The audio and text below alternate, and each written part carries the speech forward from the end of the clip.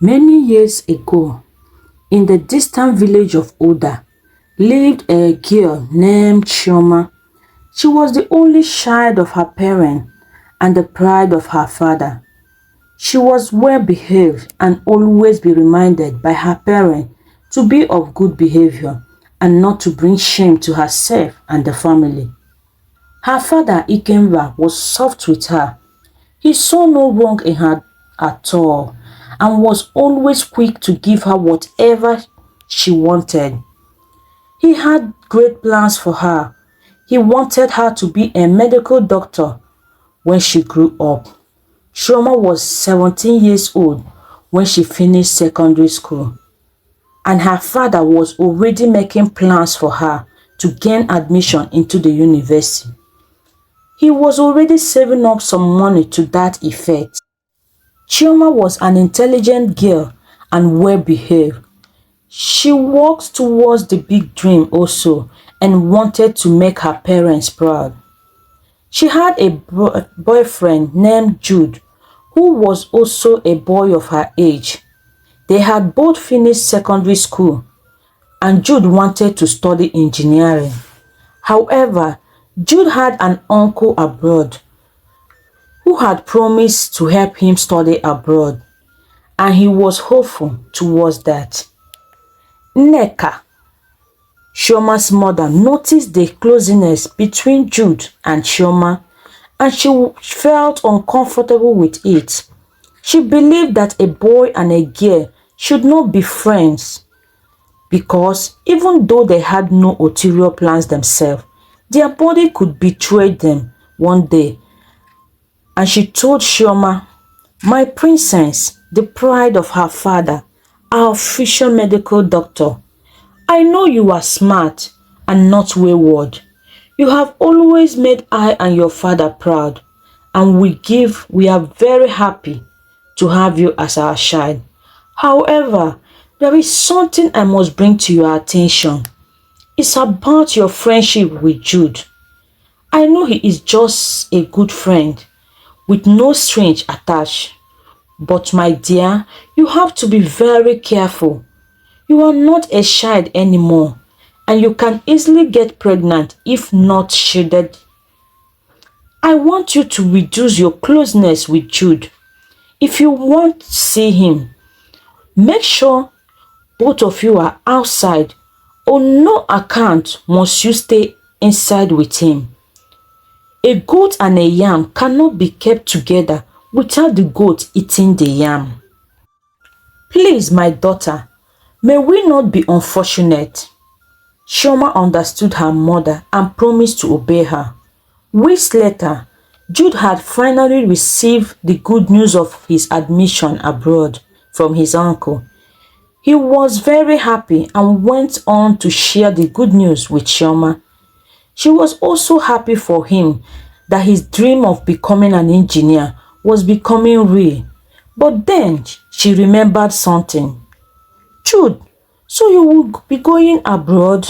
I won't see you again," Chioma said sadly. Jude felt something in his heart and he assured her, "Chioma, I am just going for my studies, and you know this is for the best. I wish we can study together over there. But that notwithstanding, I will surely come back," Jude said and hugged her. The two teenagers could feel each other's heart racing, and gradually their emotions started to rise. They were sitting outside a mango tree in Chioma's compound at this time. But since Chioma's mother had gone out and the house was empty, they proceeded to go into the house, allowing their emotions to lead them. From what started with a kiss, they got enveloped and ended up exchanging their bodies, souls and spirit. Few days later, Jude traveled out and Chioma was miserable. Jude was her only friend and she had grown so fond of him that it was very hard for her to live normally without him. Nneka noticed her daughter's change in mood and her general attitude towards friends ever since Jude traveled out, and she could not help but be relieved that the boy traveled out because it was obvious that her daughter was already catching deep feelings for him. She knew Shoma would come around with time. However, weeks passed. Shoma did not get over Jude. She would always remain indoors and lost her natural liveliness. She had also lost her appetite towards food. Nneka found it strange and was getting irritated by her daughter's behavior. That fateful day, she decided that she was going to end whatever tie Shoma had with Jude that was making her lose her taste for life. She then went into Shoma's room only to find her shivering on her bed. She touched her head and it was hot too. Filled with shock and fear, Nneka quickly rushed Shoma to the hospital. Ikemba was not at home at that afternoon, as he has gone out earlier for Shoma's admission. When Ikemba returned, he met Nneka sitting on the chair in the living room with her hands on her head and Shoma sitting on the floor crying, and nobody greeted him. Ikemba, filled with curiosity, he asked, "Nneka, what is the problem?" She did not utter a word. Ikemba shouted, "Can someone tell me what is going on here now?" Nneka cried out, "Hi! Ike, ewu atam igunisi. Our daughter is pregnant." The news dropped like a bomb to him. He had come in excitedly to share the good news of her daughter's admission into the university, only to be greeted with the news of her pregnancy. Ikemba went to meet Chioma and bent over her. "Tell me what your mother said now is not true," Ikemba said while looking straight to her eyes. Chioma could not stand his eyes and she bent her head downwards. She could not say any word and only cried louder. Ikemba shouted at her, "Who did this to you? Answer me before I strangle you." Chioma swallowed hard and slaughtered. "Daddy, it's Jude." Ikemba staggered backward while Nneka screamed, "Away! I warned you. I saw this coming and I warned you. Shy! You have killed me." At this time, Ikemba forcefully dragged Chioma out and headed for Jude's house. They met Jude's mother at home and Ikemba told her that he had brought the goods her son ordered for.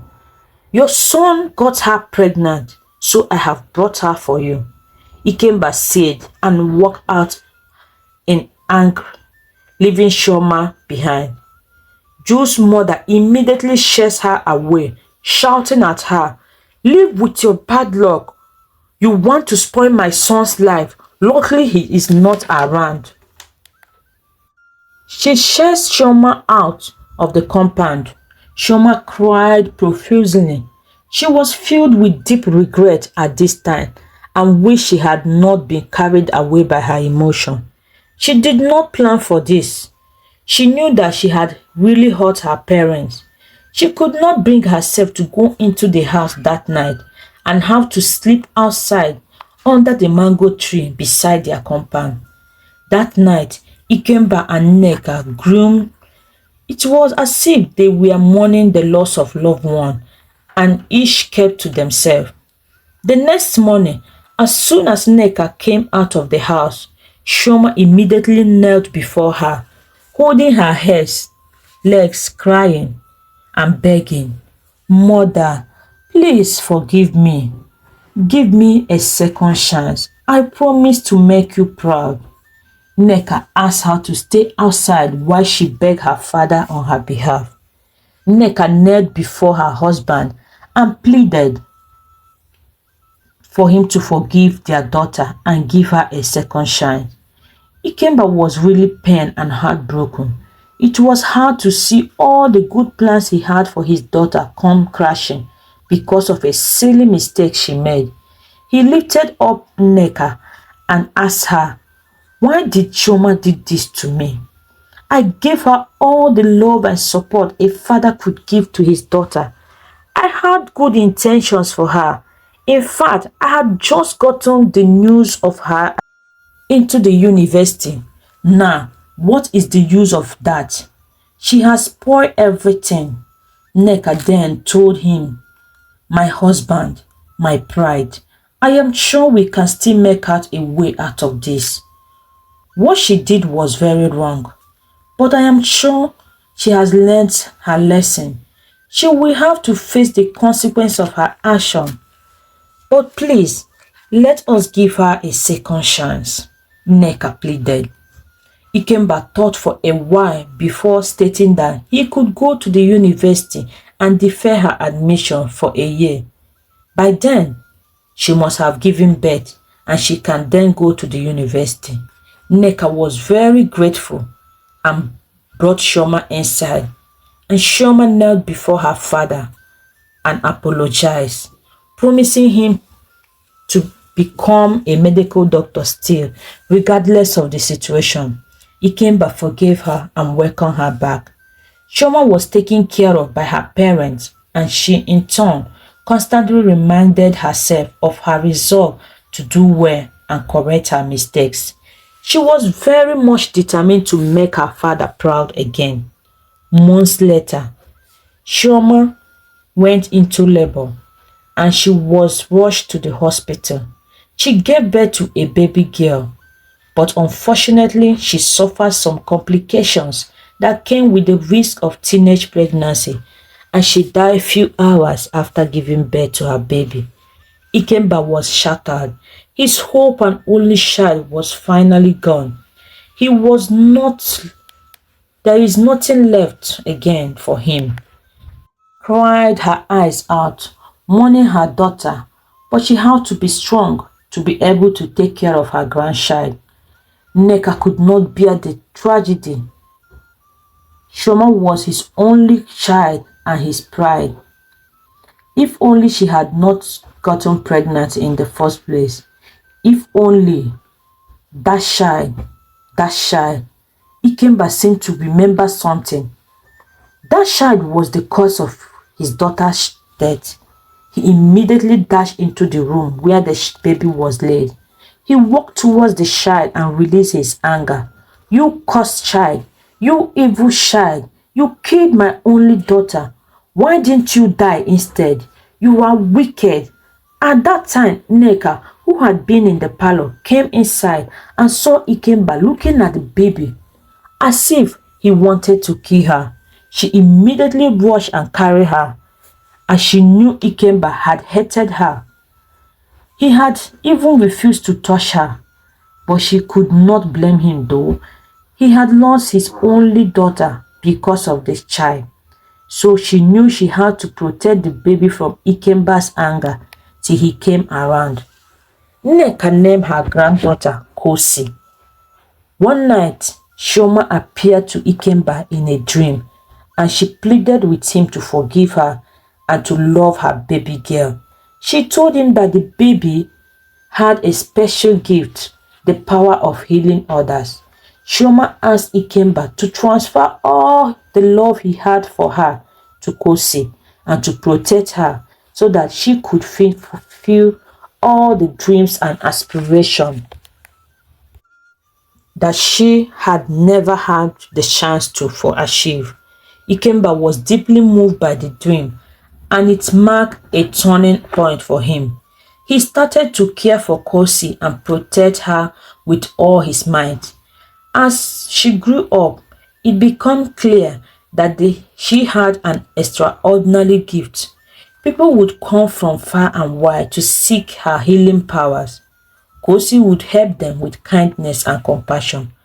Kosi grew up and became a medical doctor with extraordinary power of healing.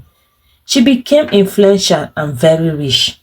Kosi later bought a house where she established her hospital in the city and a bungalow also. She brought her grandparents to the city. People would often call Ikemba Papa Doctor and Nneka, Mama Doctor. Kosi fulfilled her mother's dream. Years later, Kosi's paternal parents heard about a remarkable young woman that her granddaughter had become, and she regretted her action. Kosi and her grandparents lived happily ever, and Chioma's memory lived on her remarkable daughter, who continued to spread love, healing, and hope to all around her. Moral lesson: ability to forgive and let go of one's anger and grief allow one to heal and form a love relationship with others. The end. Thank you for watching. Please like and comment. Please kindly subscribe to my YouTube channel to support my growth. God bless you. Bye.